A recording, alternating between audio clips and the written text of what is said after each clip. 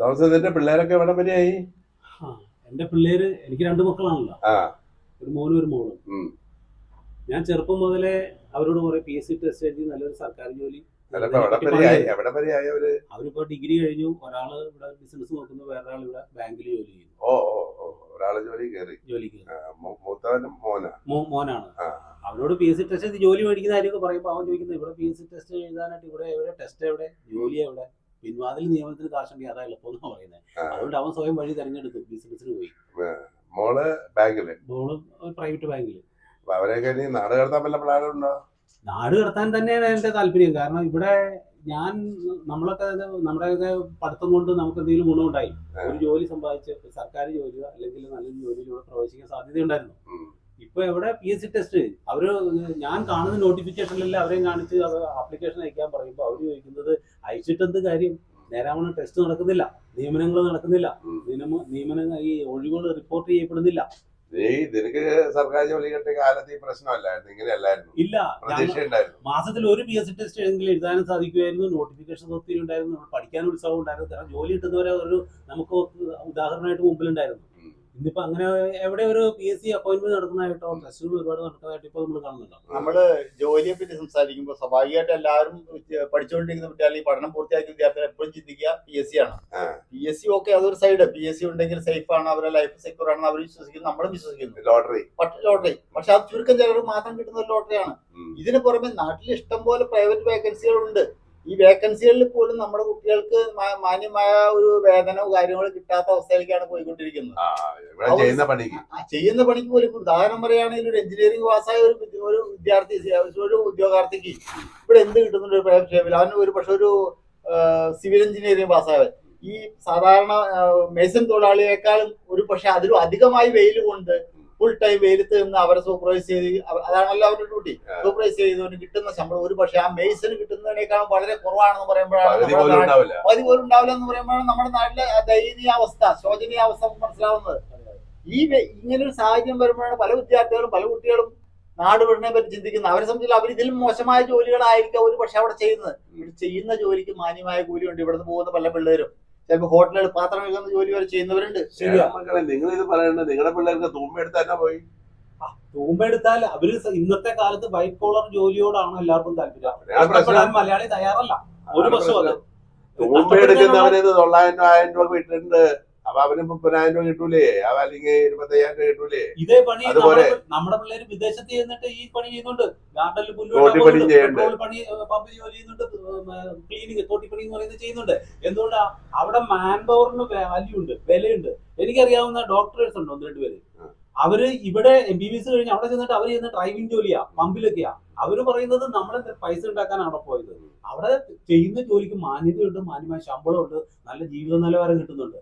ഇവിടെയോ നല്ല ശമ്പളം, അധ്വാനം കൂടുതലുള്ള ജോലിക്ക് ഇവിടെ ശമ്പളം ഉണ്ടോ? റോഡ് വെട്ടിക്കൊഴിക്കുന്നവന് ഇവിടെ അവന് ഒരു വാല്യൂ കൊടുക്കുന്നുണ്ടോ സമൂഹത്തില്? അവന് നല്ല ശമ്പളം ഉണ്ടോ? അവിടെ ആദ്യമായി പണി ചെയ്താൽ കൂടുതൽ പൈസയും കിട്ടും, മാന്യമായ സാധനമുണ്ട്, നല്ല ലൈഫും കിട്ടുന്നുണ്ട്, ഇത് നിലവാരം ഉയരുന്നു. അതൊരു സമൂഹത്തിന്റെ നിലപാടാണ്. ഇപ്പൊ അദ്ദേഹം പറഞ്ഞ പോലെ നമ്മുടെ ഇവിടെ ഞാൻ നേരത്തെ പറഞ്ഞ പോലെ ഒരു എഞ്ചിനീയർക്ക് 10,000 കിട്ടുന്നതായിരിക്കും, ഒരു കൂലിപ്പണിക്ക് പോകുന്നതിന് 20,000 കിട്ടും. ഒരു എഞ്ചിനീയർ വിവാഹാലോചനയ്ക്ക് പോയാൽ എഞ്ചിനീയർക്ക് കെട്ടിച്ചു കൊടുക്കും, കൂലിപ്പണിക്കാരന് കെട്ടിച്ചു കൊടുക്കുമാണ്. സമൂഹത്തിന്റെ കാഴ്ചപ്പാടാണ് പ്രശ്നം. ആ കാഴ്ചപ്പാട് വിദേശത്തെ കാഴ്ചപ്പാടില്ല. അവൻ തോട്ടിപ്പണി ചെയ്താൽ അവന് ശമ്പളം കിട്ടുന്നുണ്ടോ, അവൻ മാന്യമായിട്ട് ജീവിക്കുന്നു, എല്ലാ ജോലിയും മാന്യമായിട്ട് ചിന്തിക്കുന്നവരാണ് അവര്. ഇവിടെ അങ്ങനെയല്ല. നമ്മൾ വരുമാനം ഉണ്ടാക്കും, നമ്മുടെ കുറെ പൈസ ഉണ്ടായതുകൊണ്ട് എന്താ കാര്യം എന്നാണ് ആദ്യം ചോദിക്കുന്നത്. സമൂഹം ചോദിക്കുന്നത് അവന് കുറെ പൈസ ഉണ്ടായിട്ട് എന്താ കാര്യം, അവൻ സമൂഹത്തിന് മാന്യത കൊടുക്കുവോ?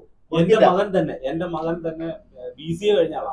അവന് ആ BCA കഴിഞ്ഞിട്ട് ആ അനുബന്ധമായിട്ടുള്ള ജോലിയിൽ പ്രവേശിക്കുന്നതിനോട് അവന് താല്പര്യമില്ലായിരുന്നു. ഞാൻ ചോദിച്ചപ്പോൾ അവൻ പറയുന്നത്, ഇത്രയും പഠിച്ചിട്ട് നീ എന്തിനാ ബിസിനസ് ചെയ്യുന്നത്, നിനക്ക് ഇത് പഠിക്കും, നീ കൂടെ. അവൻ ചോദിക്കുന്നത്, എന്റെ ഫേമിൽ എന്റെ കൺസ്ട്രക്ഷൻ ഫീൽഡിൽ ഞാൻ എന്റെ ബായിക്ക് കൊടുക്കുന്ന ശമ്പളത്തിന്റെ പകുതി കിട്ടുന്നില്ല. 10,000-15,000 രൂപ ഒരു മാസം കിട്ടിയാല്, ഒരു BCA കഴിഞ്ഞ് ഒരു 15 കിട്ടിയാൽ അവന് വണ്ടിക്കൂലിക്ക് പെട്രോൾ അടിക്കാൻ തികയുന്നില്ല. അവന് ഫുഡ് കഴിക്കാൻ വേറെ പൈസ ഉണ്ടാക്കണം. നേരെ മറിച്ച് വേറെ മറ്റു പണികൾക്ക് പോയാൽ അല്ലെങ്കിൽ പുറത്തേക്ക് പോയി കഴിഞ്ഞാൽ ഇതേ സമയം തന്നെ എത്ര മണിക്കൂർ തന്നെ ജോലി ചെയ്താൽ ഇതിനേക്കാൾ കൂടുതൽ നല്ല ശമ്പളവും ജീവിത നിലവാരവും കിട്ടുന്നു. ഞാൻ പറയട്ടെ, ഇവിടെ ഇപ്പൊ എന്റെ ഒരു ചിന്ത, അല്ലെങ്കിൽ എന്നെ അലോസരപ്പെടുത്തുന്ന ഒരു ചിന്ത, എന്ന് പറയുന്നത് ഞാനൊക്കെ നാട്ടില് 14-ാം വയസ്സിൽ നാട്ടിൽ നിന്ന് പുറത്ത് പോയി 45-ാം വയസ്സിൽ തിരിച്ചെത്തി വന്നതാണ്. നാട്ടിന് പുറമെ ഇന്ത്യയിൽ തന്നെയായിരിക്കും, ഹൈദരാബാദ് ഒക്കെ ആയിട്ട്. പക്ഷേ നമുക്ക് ആ നാടിനെ പറ്റിയുള്ള ഒരു അഭിനിവേശം, എൻ്റെ നാട്ടിലേക്ക് തിരിച്ചു പോകണം, എൻ്റെ നാട്ടിൽ ജീവിക്കണം.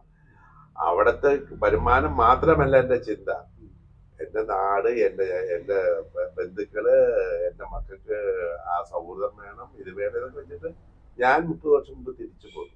മനസ്സിലായില്ലേ? ഇത് നാടിനോടുള്ള ഈ ഒരു അറ്റാച്ച്മെന്റ്, എൻ്റെ നാട് മക്കൾക്ക് നിങ്ങൾക്കില്ലാതെ പോലെ എന്താ, നിങ്ങൾ നിങ്ങളുടെ മക്കളെ, ഇപ്പൊ എനിക്ക് മനസ്സിലാകാം മക്കള് പോകാൻ പോകുന്നത്, നിങ്ങൾ അവരെ പറഞ്ഞുകൊണ്ട് ആവശ്യം കാണിക്കുന്നത്.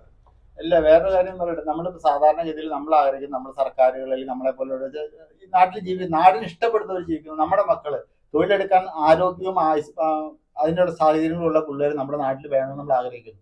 പക്ഷെ നമ്മൾ ആഗ്രഹിച്ചുകൊണ്ട് മാത്രം കാര്യമുണ്ടോ? അവർക്കുള്ള ഫെസിലിറ്റി കൊടുക്കാൻ നമുക്ക് തയ്യാറുണ്ടോ? നമുക്ക് അതിനുള്ള കഴിവുണ്ടോ? ഇപ്പൊ വിദേശ രാജ്യങ്ങളില് ചെറുപ്പക്കാരെ അവരെ ആകർഷിക്കുന്നു, അവർക്ക് അവരുടെ ആവശ്യമുണ്ട്. അതിന് ചെറുപ്പക്കാർക്ക് വേണ്ട രീതിയിൽ പ്രോത്സാഹനം കൊടുത്ത് അവരങ്ങോട്ട് ആകർഷിക്കുന്നു. നമ്മുടെ നാട്ടിലോ ഇഷ്ടംപോലെ കഴിവുള്ള ചെറുപ്പക്കാരുണ്ട്. ഈ പറഞ്ഞ വിദേശ കാനഡ, UK പോലുള്ള രാജ്യങ്ങളിലുള്ളതിനേക്കാൾ ഒരുപാട് ഇരട്ടി നമ്മുടെ നാട്ടിൽ വിദ്യാഭ്യാസന്മാരായ പിള്ളേർ, കഴിവുള്ളവര്, ഇവരൊക്കെ വേറൊരു സ്ഥലത്ത് വരുമ്പോൾ അവരുടെ കഴിവുകൾ നല്ല തെളിയിക്കുന്നു. അവരുടെ കഴിവുകൾ തെളിയിക്കാനുള്ള അവസരങ്ങളും റെമ്യൂണറേഷൻ വിടുക, അത് പിന്നീടുള്ള കാര്യം. കഴിവുകൾ തെളിയിക്കാനുള്ള അവസരം പോലും നമ്മുടെ ഇവിടെ തരുന്നില്ല. കായിക ലോകത്ത് നമ്മുടെ ഇത്രയും കോടി 100-100 കോടിയുള്ള ജനങ്ങളുള്ള ഒരു രാജ്യത്ത് കായിക കഴിവില്ലാത്ത ഉള്ള കുട്ടികൾ ഇല്ല എന്നാണ് വരുന്നത്. ഇല്ലാഞ്ഞിട്ടാണ് അവർ ചെറുതിലെ പ്രോത്സാഹിപ്പിക്കാനും അവർക്ക് ട്രെയിനിങ് കൊടുക്കാനും നമ്മുടെ സർക്കാരുകൾ മാറി സർക്കാരുകൾ തയ്യാറാവുന്നില്ല. അവരെ സംബന്ധിച്ചുള്ള അവരുടെ സ്വാർത്ഥതയാണ് എപ്പോഴും മുന്നോട്ട് കൊണ്ടുപോകുന്നത്. പറഞ്ഞത് ശരിയാ. ഈ ലോകത്തെല്ലായിടത്തും എത്തപ്പെട്ടിട്ടുള്ള ആളുകളാണ് മലയാളികൾ, അല്ലെ? ചന്ദ്രനിൽ ഒരു കട തുടങ്ങി അത് ആദ്യം മലയാളിയുടെ ആയിരിക്കും എന്ന് പറയും. എന്തുകൊണ്ടാണ്? നമ്മുടെ ഇവിടെ വിദ്യാഭ്യാസമുള്ളവരാണ് ഏറ്റവും അധികം ഉള്ളത്. പക്ഷെ അത് ഉപയോഗിച്ച് ഇവിടെ ജോലി കിട്ടുന്നുണ്ടോ? അല്ലെങ്കിൽ അവരവിടെ വേണ്ട ഒരു സ്വന്തമായിട്ട് ഒരു ഫേം തുടങ്ങാന്ന് വെച്ച് കഴിഞ്ഞാൽ അവിടെ പൊടി പിടിച്ചത് പൂട്ടിക്കാനല്ലേ മലയാളി നോക്കുന്നത്? ഇവിടെ ഒരു ഫെസിലിറ്റീസോ ജോലിക്ക് സാധ്യതയോ അവന്റെ ബ്രെയിൻ ഉപയോഗിക്കാനുള്ള സാഹചര്യമോ കിട്ടാതെ വരുമ്പോൾ അവൻ പുറത്തേക്ക് പോകുന്നു. ഇവിടുത്തെ മാൻ പവർ പുറത്തേക്ക് പോകുന്നു. നിങ്ങൾ പറയുന്ന കർത്താവ് പറഞ്ഞ ഒരു ഉപമയുണ്ട്, യേശു ക്രിസ്തു. അതായത് വിത്ത് വിതച്ചു, ചിലത് പാറപ്പുറത്ത് വീണു, ചിലത് വരമ്പത്ത് വീണു, ചിലത് നല്ല ഭൂമിയിൽ വീണു. അപ്പൊ നമ്മുടെ കുട്ടികളുടെ ടാലന്റ് അല്ലെങ്കിൽ അവർക്ക് പുഷ്പിച്ചെന്നുണ്ടെങ്കിൽ ആവണ്ടേ, അതിനുള്ള സാഹചര്യം ഈ നാട് കൊടുക്കുന്നില്ല. അപ്പൊ നമ്മുടെ കുട്ടികളുടെ ഈ ടാലന്റ് എന്ന് പറയുന്ന ആ വിത്ത് വീഴുന്നത് ഒരു വരമ്പത്തോ അല്ലെങ്കിൽ പാറപ്പുറത്തോ. നമ്മുടെ നാട് അവർക്ക് ഒരു നല്ല ഫലപുഷ്ടിയുള്ള ഒരു മണ്ണാകാൻ നമ്മുടെ നാടിന് സാധിച്ചിട്ടില്ല. ഇവിടുത്തെ ഭരണാധികാരികൾ ശ്രദ്ധിക്കുന്നത് ഇദ്ദേഹം പറഞ്ഞ കറക്റ്റാണ്. ഇവിടെ കേരളത്തിലെ നാച്ചുറൽ റിസോഴ്സസ്, വിദ്യാഭ്യാസത്തിന് എല്ലാ സൗകര്യങ്ങളും ഇവിടെ സൗകര്യങ്ങളുണ്ടെന്ന് പറയുമ്പോൾ ഇവിടെ ഏറ്റവും കൂടുതൽ ഇവിടുന്ന് പുറത്തേക്ക് ജോലിക്ക് പോകുന്ന നേഴ്സുമാരാണ്, ഇല്ലേ? ലോകത്തിന്റെ നാനാഭാഗത്തുണ്ട്. ഈ പിള്ളേർ പഠിക്കാൻ കൂടുതലും പോകുന്നത് പുറത്തെ തമിഴ്നാട്ടിലും ബാംഗ്ലൂരിലും ഒക്കെയാണ്. എന്തുകൊണ്ട്? ഇവിടെ അതിനുള്ള സൗകര്യം പോലും, ആ നല്ല രീതിയിലുള്ള നേഴ്സിംഗ് പഠനത്തിനുള്ള സൗകര്യം പോലും ഇവിടെ കുറവാണ്. അതുകൊണ്ടാണല്ലോ ആന്ധ്രയിലും കർണാടകയിലും തമിഴ്നാട്ടിലേക്ക് നമ്മുടെ പിള്ളേർ പോകുന്നത്. ഇനി പഠിച്ചു വന്നാല് ലക്ഷങ്ങൾ പഠിച്ചു വന്ന് കഷ്ടപ്പെട്ട് വർഷങ്ങൾ പഠിച്ചു കഴിയുമ്പോൾ ഇവിടെ ഒരു നേഴ്സിന് എന്ത് ശമ്പളമുണ്ട്? ഇവിടെ ഈ 15,000 രൂപ 20,000 രൂപ ശമ്പളം മേടിക്കുന്ന നേഴ്സ് പുറത്തു പോയാൽ 2.5 ലക്ഷമാണ്. പിന്നെ എങ്ങനെ അവർ പോകാതിരിക്കും? അതൊരു കാര്യമാണ്. പക്ഷെ ഇതെന്താ പറ്റുന്നതെന്ന് വെച്ചാല് നമ്മള് ഒന്ന് ചിന്തിക്കേണ്ട കാര്യം, ഇതൊരു വൃദ്ധസദനം, ഈ കേരളം മൊത്തം ഒരു വൃദ്ധസദനമായിട്ട് മാറും. പ്രത്യേകിച്ച് വടക്കൻ മേഖലയായിരിക്കും.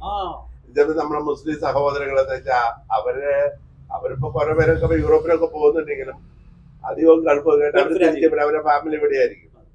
ഈ പ്രത്യേകിച്ച് ക്രിസ്തീയ സമൂഹത്തെ സംബന്ധിച്ചുള്ള ഹൈന്ദവ സഹോദരങ്ങൾ ധാരാളം പോകുന്നുണ്ട് കേരളം വിട്ട് ഇന്ത്യ വിട്ടല്ലെങ്കിൽ. ഇതൊരു വൃദ്ധസദനമായിട്ട് മാറുകയാണ്, അല്ലേ?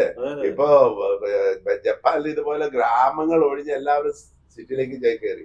അവിടെയുള്ള വൃദ്ധർക്ക് ഒരു കൊച്ചിനെ കാണാൻ പറ്റുന്നില്ല പഴയ ജീവിതം. അതുകൊണ്ട് അവിടെ പോയി താമസിക്കാൻ, ഇടക്കാലം 2-3 വർഷം താമസിക്കാൻ സർക്കാർ വലിയൊരു എമൗണ്ട് ഇൻസെന്റീവ് ആയിട്ട് കൊടുക്കുക.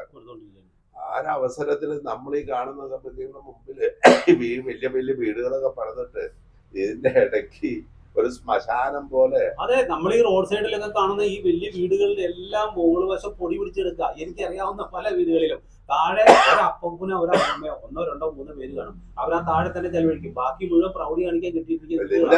ഒരു കാലഘട്ടത്തില് വിദേശികൾ എല്ലാവരും നാട്ടിൽ വീട് പണിയുന്ന ഒരു ശീലം ഉണ്ടായിരുന്നു. ആ ശീലത്തിന് വരെ മാറ്റം വന്നുകൊണ്ടിരിക്കുകയാണ്.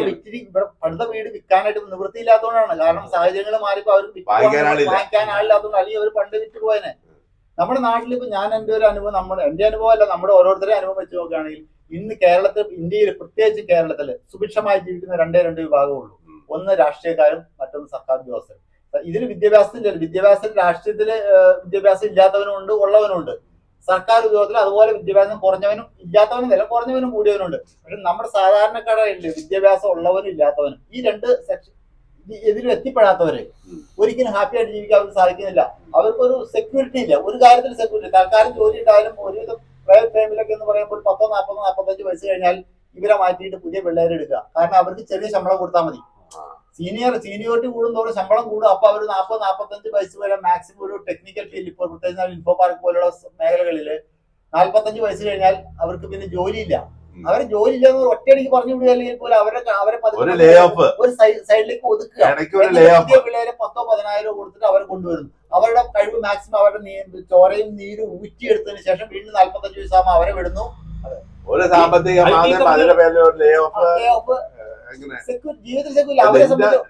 നിന്റെ ഒരു മകളും നിന്റെ പെങ്ങളുടെ 2 മക്കളും മരുമോനൊക്കെ അങ്ങോട്ട് പോയിട്ടുണ്ട്. ഇപ്പൊ അവിടുത്തെ അവസ്ഥ എന്താ? അവസ്ഥയെ പറ്റി പറയുകയാണെങ്കിൽ സ്വാഭാവികമായിട്ട് അവിടെ പല സ്വാഭാവികമായിട്ട് കാലഘട്ടത്തിൽ ചേക്കേറുന്നതിന്റെ ആധിക്യം കൊണ്ട് മാത്രം പ്രശ്നങ്ങളുണ്ട്. പക്ഷെ അവരെ സംബന്ധിച്ചോളം അതൊന്ന് പിടിച്ചു കിട്ടി ഒരു അവിടെ നിൽക്കാൻ കഴിഞ്ഞാൽ അവർ പിന്നെ അവരുടെ ഒരു റിട്ടയർമെന്റ് പ്രായം വരെ ഒരു സേഫാണ്. പ്രൈവറ്റ് ഫാമിലായിക്കോട്ടെ, അവിടെ ഗവൺമെന്റ് സർവീസിലൊന്നും കിട്ടുന്നില്ല. ഒക്കെ പ്രൈവറ്റ് ഫാമിലി തന്നെ പറ്റി പറഞ്ഞ പോലെ പാത്രം കഴുകാൻ പോകുന്നവരുണ്ടാവാം, വൃദ്ധ മാതാപിതാക്കൾ നോക്കുന്നവരുണ്ടാവും. പക്ഷെ അവരുടെ ജോലിക്ക് ഒരു സെക്യൂരിറ്റി ഉണ്ട്. അവർക്ക് അത്ര അവരവിടെ ജീവിക്കുന്നിടത്തോളം കാര്യം ഏതെങ്കിലും ജോലി ചെയ്താലും മാന്യമായ സമൂഹത്തിന് മുമ്പിൽ മാന്യന്മാരായിട്ട് ജീവിക്കാൻ പറ്റും. ഇവിടെ അത് സാധിക്കില്ല. ഇവിടെ ജോലി കിട്ടിയാലും അതിന് സെക്യൂരിറ്റി, പ്രൈവറ്റ് മേഖല സെക്യൂരിറ്റി ഇല്ല. ഈ പറഞ്ഞ പോലെ 10, 40 വർഷം കഴിയുമ്പോൾ 40 വയസ്സാകുമ്പോൾ അവർക്ക് അതൊക്കെ പുറത്താക്കിയിട്ട്. അതുകൊണ്ട് തന്നെയാണ് എല്ലാവരും ഇദ്ദേഹം പറഞ്ഞ പോലെ ഒന്നുകിൽ സർക്കാർ ജോലി, അല്ലെങ്കിൽ രാഷ്ട്രീയം, ഇത് ഒന്നും അല്ലെങ്കിൽ പുറത്തേക്ക് പോയി. ഈ 3 കാര്യങ്ങളിൽ ശ്രദ്ധിച്ചില്ലെങ്കിൽ ആത്മാർത്ഥമായിട്ട് ജോലി ചെയ്ത് നമ്മുടെ നാട്ടിൽ ജീവിക്കണമെന്ന് വെച്ചാൽ അവന്റെ കാര്യം കട്ടപ്പുകയായിരിക്കും. അതിനുള്ള സാഹചര്യം ഇല്ല. ഞാൻ പറഞ്ഞ മാതിരി വരമ്പത്ത് വീണ് അല്ലെങ്കിൽ പാറപ്പുറത്ത് വീണ വിത്ത് ഈ നമ്മുടെ നാടിനെ എങ്ങനെ ഒരു ഫലപുഷ്ടിയായ ഒരു മണ്ണാക്കി മാറ്റാൻ പറ്റും, അതിനെപ്പറ്റി നിങ്ങൾക്ക് വല്ലതും പറയാനുണ്ടോ? അത് നമ്മുടെ ഭരണാധികാരികൾ നമ്മളെ ശ്രദ്ധിച്ചാലേ അതിന് നടക്കുള്ളൂ. നമ്മുടെ മന്ത്രിമാരെല്ലാം വിദേശത്തേക്ക് ടൂർ പോകുന്നുണ്ട്. ഇവര് പഠിക്കാൻ പോകുന്നൊക്കെ പറയുന്നത്. എന്നിട്ട് അവിടുത്തെ കാര്യം ഇംപ്ലിമെന്റ് ചെയ്യുന്നത്. അവര് പോയി പഠിച്ചേച്ച് ഇവിടെ വരും. ഒന്നും ഇവിടെ മാറ്റം. ഞാൻ നിസ്സാര ഒരു ഉദ്ദേശം ഇത് പറയട്ടെ. വിദേശ രാജ്യങ്ങളില് പ്രത്യേകിച്ച് ഞാൻ കണ്ടിട്ടുള്ള ഒരു രാജ്യത്തെ വെച്ച് നോക്കുമ്പോൾ നമ്മള് 3-4 നിര വണ്ടി പോകുന്നു. അങ്ങോട്ടും ഇങ്ങോട്ടും ഒരു സെപ്പറേഷൻ ചെയ്യുന്ന നല്ല റോഡ് വർഷങ്ങൾക്ക് മുമ്പ്. അവിടെ ഓടിക്കൊണ്ടിരിക്കുന്ന ബസ് നിർത്തണമെങ്കിൽ അതിന് ബസ് ബേ ഉണ്ട്. റോഡ് പാരലായിട്ട് കിടക്കും. ബസ് സൈഡ് ഒതുക്കി നിർത്തും. പോകുന്ന വണ്ടികൾക്ക് പോവുകയും വരികയും ചെയ്യും. ഒരു തടസ്സമല്ല. ഇതെല്ലാം കണ്ടിട്ടുണ്ട് ഇവിടെ വർഷം. ഞാൻ 10-30 കൊല്ലം കണ്ടതാ. ഈ മന്ത്രിമാരെല്ലാം ഇത് പോയി വിദേശത്ത് നമ്മുടെ ചെലവിൽ അവിടെ പോയി കണ്ടു കിട്ടി വരുന്നുണ്ട്. ഇവിടെ അങ്ങനെ ഒരു ആക്കാൻ അവരോട് ശ്രദ്ധിക്കുന്നു.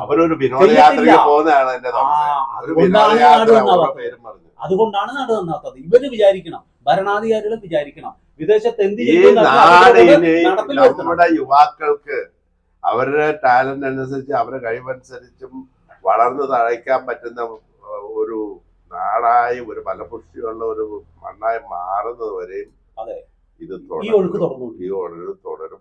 ഇതിനൊരു അന്ത്യമില്ല. നമ്മുടെ നാട് നശിക്കും. അല്ലേ?